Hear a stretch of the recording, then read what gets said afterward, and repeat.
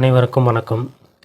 கடந்த வாரம் 21ஆம் தேதி இந்தியாவின் நம்பர் 1 முதலாளிகளில் ஒருவரான கௌதம் சந்திலால் அதானி என்பவர் மீது அமெரிக்க நியூயார்க் நீதிமன்றம் ஒரு மிகப்பெரிய குற்றச்சாட்டை ஒன்றை சொல்லி அந்த குற்றச்சாட்டில் அவருக்கு கைது செய்து சிறையில் அடைக்க வேண்டும் என்ற பிடிவாரண்டை அமெரிக்க நீதிமன்றம் அனுப்பியிருக்கிறது.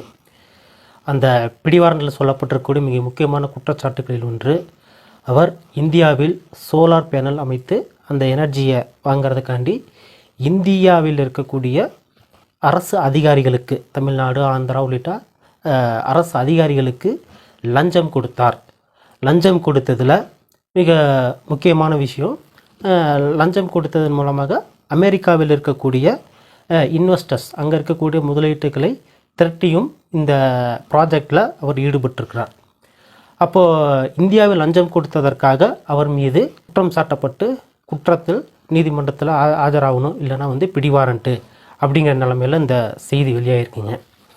அப்போ சொன்ன குற்றச்சாட்டின் அடிப்படையில் ஏறக்குறைய $280 மில்லியன், இந்திய ரூபாய்க்கு அதை மாற்றணும் அப்படின்னா 2000 கோடி ரூபாய் பணத்தை இந்திய அதிகாரிகளுக்கு, அந்த இந்தியாவுடைய அரசாங்கத்தின் கீழ் இறங்கக்கூடிய, மத்திய ஒன்றிய அரசாங்கத்தின் கீழ் இயங்கக்கூடிய சோலார் எனர்ஜி கார்ப்பரேஷன், அந்த இதன் மூலமாக மாநில அரசு மின்சாரத்தை கொள்முதல் பண்ணுவதற்காக இந்திய அதிகாரிகளை நேரடியாக கௌதம் அதானி பேசி அவர்கள்கிட்ட லஞ்சம் கொடுத்து தன்னுடைய ப்ராஜெக்டை ஓகே பண்ணியிருக்கிறாருங்க.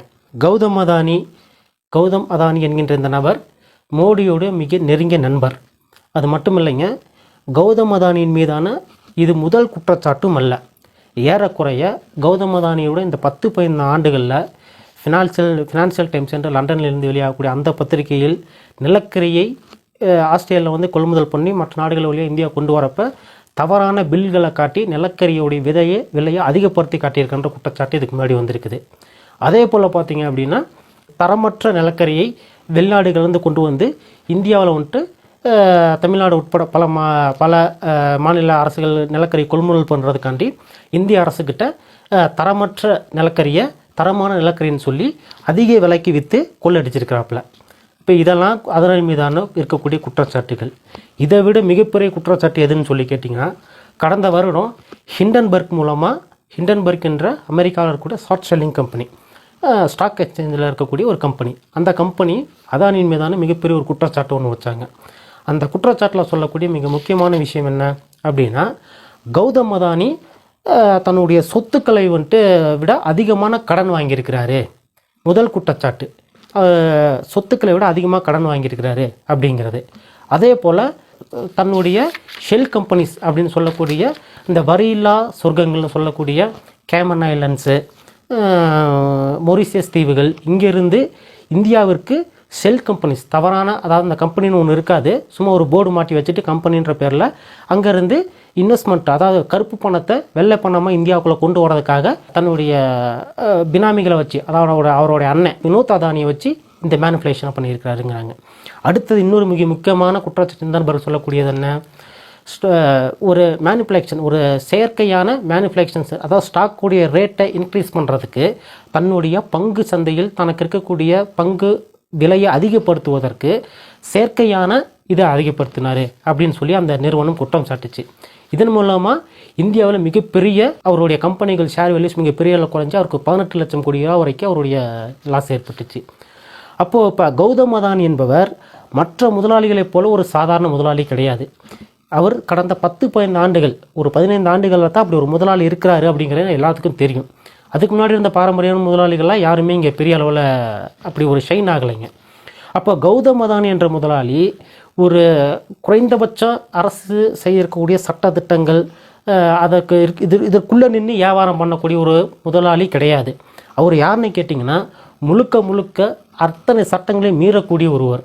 யாருக்கு தனக்கு ஒரு விஷயம் வேணும்னா அங்கே போய் நேரடியாக அராஜகமாக அடித்து பிடுங்கக்கூடிய ஒரு முதலாளி தான் இந்த கௌதம் அதானி. ஏன் அவர் இப்படி இருக்கிறாரு அப்படின்னா, மிக முக்கியமாக கௌதம் அதானி இந்தியாவுடைய பிரதமராக இருக்கக்கூடிய நரேந்திர தாமோதர மோடியினுடைய மிக நெருங்கிய நண்பராக இருக்கிறார். அவர் எல்லா விதத்துலையுமே நரேந்திர தாமோதர் அவர் கூடவே இருக்கிறார். ரொம்ப பிரபலமான ராகுல் காந்தி நாடாளுமன்றத்தில் கூட அந்த ஃபோட்டோவை காட்டினார். கௌதம் அதானி, அவர் கூட இருக்கக்கூடிய அவரோட செக்ரட்டரிஸு, மோடி எல்லாம் ஜாலியாக உட்காந்துட்டு அதானியோடைய ஃப்ளைட்டில் பறந்துட்டு இருக்கமான ஒரு ஃபோட்டோ. இப்போ இந்த விஷயம் வெளியான பிறகு ஆர்எஸ்எஸ், பிஜேபி, சங்க பரிவார பிஜேபி கூட்டத்தினர் இந்த விஷயத்தை பற்றி எந்த இதுவும் வாய் திறக்கலாங்க. சமூக வலைதளங்களில் அவங்களுடைய இதை வழக்கம் போலவே அவங்களுடைய பொய் பிரச்சாரங்களை தான் செய்கிறாங்களே தவிர இதற்கு என்ன பதில், இது எப்படி சரி தப்புனா இல்லை லஞ்சம் கொடுத்துருக்காங்களா இல்லையா, அதை விசாரிக்கிறாமா என்ன, உச்சநீதிமன்றத்தில் ஒரு கேஸ் மட்டும் இது வரைக்கும் ஃபைல் ஆகிருக்குங்க. அப்போ கௌதம் அதானி என்கின்ற இந்த கிரிமினல் ஃபாசிஸ்ட்டு முதலாளி இருக்கக்கூடிய இந்த மோடியினுடைய நண்பராக இருக்கக்கூடிய கௌதம் அதானி இந்திய மக்களை மிகப்பெரிய அளவில் கொள்ளையடிக்கிறார். இந்திய மக்களான நம்மளை இப்போ இண்டன்பர்க் ரிப்போர்ட்டாக இருக்கலாம், அல்லது ஃபினான்சியல் டைம்ஸனுடைய ரிப்போர்ட்டாக இருக்கலாம், அல்லது வாஷிங்டன் போஸ்ட்டில் வந்த அந்த ரிப்போர்ட்டாக இருக்கலாம். இது எல்லாமே சொல்லக்கூடிய மிக முக்கியமான விஷயம் என்ன அப்படின்னா, அதானி என்கின்ற ஒரு ரவுடி முதலாளி இந்தியாவில் இருக்கக்கூடிய சிறு குறு நடுத்தர வர்க்க விவசாயிகள், தொழிலாளர்கள், மாணவர்கள், பொதுமக்களான நமக்கு கிடைக்க வேண்டிய சொத்துக்களை கொள்ளையடிக்கிறார்.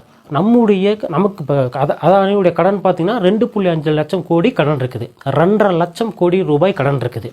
இப்போ இந்த கடன் அதானிக்கு போகிறதால என்ன பிரயோஜனம்? அதானி என்ற ஒரு தனிநபர் வளர்வதால் நாடு வல்லரசாயிருமா? நாடு மக்கள் எப்படி இது பண்ணுவாங்க? இந்த 2.5 லட்சம் கோடி ரூபாயை தமிழ்நாட்டில் இருக்கக்கூடிய சிறு குறு வர்த்தகர்கள்ட்ட பிரித்து கொடுத்தா அவங்க வியாபாரம் இன்னும் பெரிய அதிக அளவில் தொழில் முன்னேற்றம் ஏற்படும். அதிக அளவில் மேனுஃபேக்சரிங் செக்டரில் இருக்கக்கூடிய அதிகமான வேலை வாய்ப்பு கிடைக்கும். இது செய்யலாம். விவசாயத்துக்கு இந்த கடன், விவசாயிகளுக்கு இந்த கடனை கொடுக்கலாம். மாணவர்கள், இளைஞர்கள், படிக்கக்கூடிய மாணவர்களுக்கு இந்த கடனை கொடுத்து இன்னும் அதிகமான இந்த கல்வி நிறுவனங்களை உருவாக்கலாம். மருத்துவத்துக்கு செலவு பண்ணலாம். அப்போது நமக்கு கிடைக்கக்கூடிய, நமக்கு அன்றாட வாழ்க்கையில் கிடைக்க வேண்டிய விஷயங்களை கிடைக்க விடாமல் செஞ்சுருக்கிறது தான் அதானியோட வேலையாக இருக்குங்க.